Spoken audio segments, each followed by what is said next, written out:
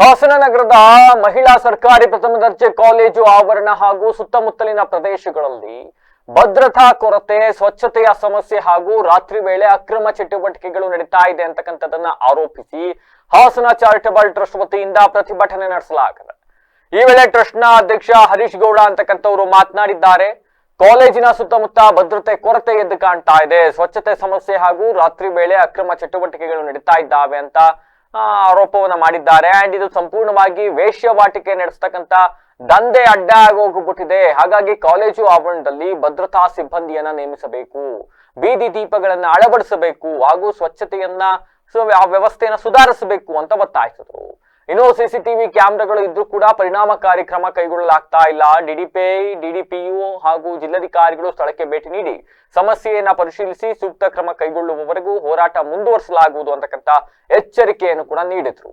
ಇನ್ನು ಪ್ರತಿಭಟನೆಯಲ್ಲಿ ಪೃಥ್ವಿರಾಜ್, ಸೋಮಶೇಖರ್, ರೋಹಿತ್, ರಂಗೇಗೌಡ ಸೇರಿದಂತೆ ಟ್ರಸ್ಟ್ನ ಸದಸ್ಯರು ಭಾಗವಹಿಸಿದರು. ನಮ್ಮ ಹಾಸನದ ಹೃದಯ ಭಾಗದಂಥ ಈ ವಿಭಜಿತ ಪ್ರಧಾನ ಹಾಗೂ ಬಾಯ್ಸ್ ಕಾಲೇಜಿನ ಕೆಟ್ಟ ಚಟುವಟಿಕೆಗಳು ಇಲ್ಲಿ ಏನು ನಡೀತಿದೆ ಕಾಲೇಜಿನ ಸುತ್ತಮುತ್ತಲ ವಾತಾವರಣದಲ್ಲಿ ಅದರ ಬಗ್ಗೆ ಒಂದು ಹೋರಾಟವನ್ನು ಮಾಡ್ತಾಯಿದ್ದೀವಿ. ಈ ಹೋರಾಟದ ನಿಲುವು ಏನಂತಂದರೆ ಇಲ್ಲಿಗೆ DDPI ಹಾಗೂ DDPU ಮತ್ತು ನಮ್ಮ ಜಿಲ್ಲಾಧಿಕಾರಿಗಳು ಇವರು 3 ಜನ ಇಲ್ಲಿ ಬಂದು ಸರಿಯಾದ ರೀತಿ ಕ್ರಮನ ಕೈಗೊಳ್ಳೋವರೆಗೂ ನಾವೆಲ್ಲರೂ ಕೂಡ ಇಲ್ಲೇ ಧರಣಿ ಮಾಡಬೇಕು ಅಂತೇಳಿ ಇವತ್ತು ತೀರ್ಮಾನ ಮಾಡಿದ್ದೀವಿ. ದಯಮಾಡಿ ಈ ಮುಖಾಂತರ ನಾನು ನಮ್ಮ ಜಿಲ್ಲಾಧಿಕಾರಿಗಳಲ್ಲಿ ಕೇಳ್ಕೊಳ್ಳೋದೇನೆಂದರೆ ಆದಷ್ಟು ಬೇಗ ತಾವು ಇಲ್ಲಿಗೆ ಬಂದು ಸರಿಯಾದ ರೀತಿ ಪರಿಹಾರಗಳನ್ನ ಇಲ್ಲಿ ಮಾಡಿಕೊಡ್ಬೇಕು. ಇಲ್ಲಿ ಇರ್ತಕ್ಕಂಥ ಏನು ಅನ್ಯೋನ್ಯಗಳಿದ್ದಾವೆ ತಾವೆಲ್ಲರೂ ಅದನ್ನು ಬಗೆಹರಿಸ್ಕೊಡ್ಬೇಕು. ಇಲ್ಲಿ ಭದ್ರತಾ ಸಿಬ್ಬಂದಿಗಳಿಲ್ಲ. ಹಾಗೆ ಇಲ್ಲಿ ನಡೀತಿರ್ತಕ್ಕ ಇಲ್ಲಿ ಒಂದು ಏನಪ್ಪ ಅಂದರೆ ವೇಶ್ಯವಾಟಿಕೆ ತಾಣ ಆಗೋಗಿದೆ. ನಮ್ಮ ಕಾಲೇಜ್ ಸುತ್ತಮುತ್ತಲ ವಾತಾವರಣ ಒಂದು ಸ್ವಚ್ಛತೆ ಇಲ್ಲ.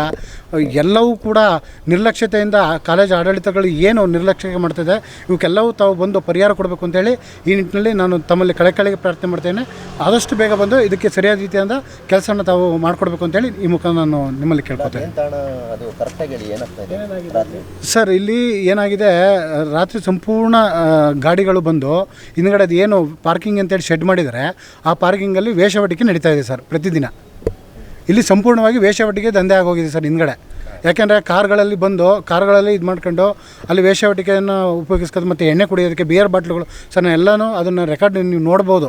ಬಹುಶಃ ಬಿಯರ್ ಬಾಟ್ಲುಗಳು, ಓಟಿ ಪ್ಯಾಕೆಟ್ಗಳು ಎಲ್ಲನೂ ತಂದು ಇಲ್ಲಿ ಎಸ್ತು ಹೋಗ್ತಾ ಇದ್ದಾರೆ. ಇಲ್ಲಿ ಯಾವುದೇ ರೀತಿಯ ಭದ್ರತಾ ಸಿಬ್ಬಂದಿ ಇಲ್ಲದಿರೋ ಕಾರಣ ಇವತ್ತು ಈ ಪರಿಸ್ಥಿತಿಯಾಗಿ, ಮತ್ತು ಬಹುಮುಖ್ಯವಾಗಿ ಬೀದಿ ದೀಪಗಳಿಲ್ಲ.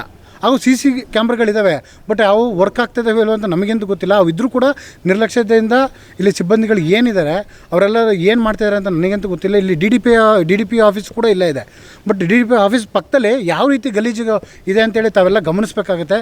ನಾನು ಮಾಧ್ಯಮದವರು ನಾನು ಈ ಮುಖಾಂತರ ತಮ್ಮಲ್ಲಿ ಕಳಕಳಿ ಪ್ರಾರ್ಥನೆ ಮಾಡ್ತೀನಿ. ದಯಮಾಡಿ ತಾವೆಲ್ಲರೂ ಕೂಡ ಇವತ್ತಿಗೆ ಸಹಕಾರ ಮಾಡಿ. ಇದು ನಮ್ಮ ವಿದ್ಯೆ ಕಲಿತೀವಿ ಅಂತಂದರೆ ಅದೊಂದು